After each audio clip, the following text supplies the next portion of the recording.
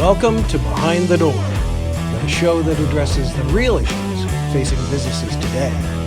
With your hosts, business intuitive and corporate innovator couple, Suze and Mac.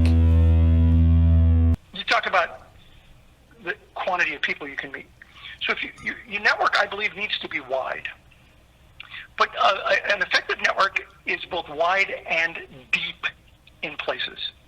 And it is that deep network that you draw upon during difficult times.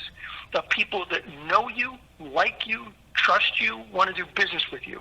Those are the people out there right now that are not only surviving this, some are thriving during COVID in the most unusual businesses. I mean, let me give you a really good example. I'll give you two examples of BNI members who were at first devastated by COVID. One was a furniture reupholstery shop in the United States. And one of the things I did from the very beginning is I said, you got to do one-to-ones. You have got to meet with people one-to-one via Zoom and just find out how you're doing. Check in with each other. Make sure you're doing okay. And then brainstorm. What can you do to help each other? You may not be able to help everyone, but you can help someone. And so help someone. And so she was doing what I suggested, these one-to-ones. And somebody said to her, well, you have a lot of cloth, don't you? And she said, I literally have tons of cloth. He said, have you thought about, she had to lay off all her employees. He said, have you thought about making COVID masks?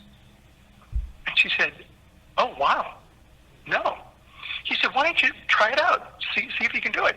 So she made 100, and she gave 2 to every BNI member. She gave 2 to every BNI member. She mailed some, she dropped some off. And she said, one is for you. The other, would you please give to a healthcare professional, a doctor, a nurse, a nursing home, anyone that you might know in any one of those industries, would you give them one along with my card and let them know that I'm making these masks? She got massive orders. She was able to rehire every one of her employees. They did physical distancing. She's now a COVID mask manufacturing business, which is an essential business. This is the kind of thing that I'm talking about that takes place when your network is deep and not just wide. Here's one more quick one. A brewery in Australia.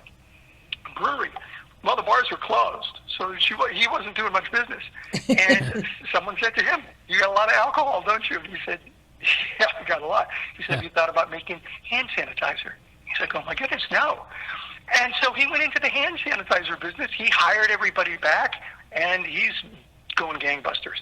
So these are 2 examples of the kinds of thought process that people can go through to do well during these very, very challenging times. And we'll be talking to you soon, Behind the Door. Have a great week.